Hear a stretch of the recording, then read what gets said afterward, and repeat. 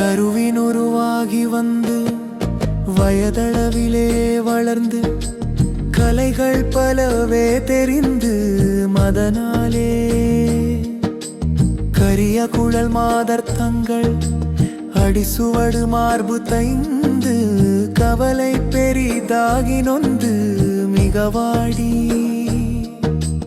அரஹர சிவாயவென்று தினமும் நினையாமல் நின்று அருசமய நீதி ஒன்றும் அறியாமல் அசனமிடுவார்கள் தங்கள் மனைகள் தலைவாசல் நின்று அனுதினமு நாணம் இன்றி அழிவேனோ உரகப்பட மேல் வளர்ந்த